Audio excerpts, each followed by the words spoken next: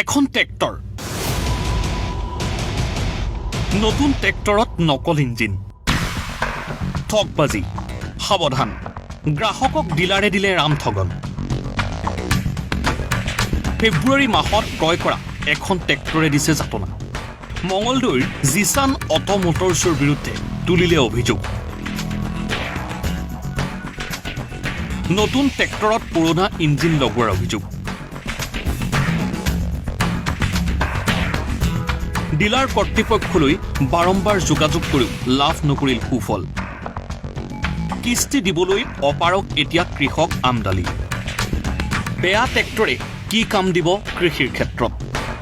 নিৰুপায় গ্ৰাহক বিক্ৰেতাই নধৰে এতিয়া ফোন আইনৰ কাষ চপাৰ হুংকাৰ এতিয়া উপায়হীন গ্ৰাহকৰ জাম হৈ থাকে অলপ গ'লে গিয়াৰ ৰাখি দিয়ে এইটো আমি যোনটো আনা মেকানিক 2 নম্বৰ ইঞ্জিন বুলি ক'লে কোৱাৰ পিছত মই ডিলাৰত ফোন কৰিলোঁ কৰাৰ পিছত কল নুঠায় আৰু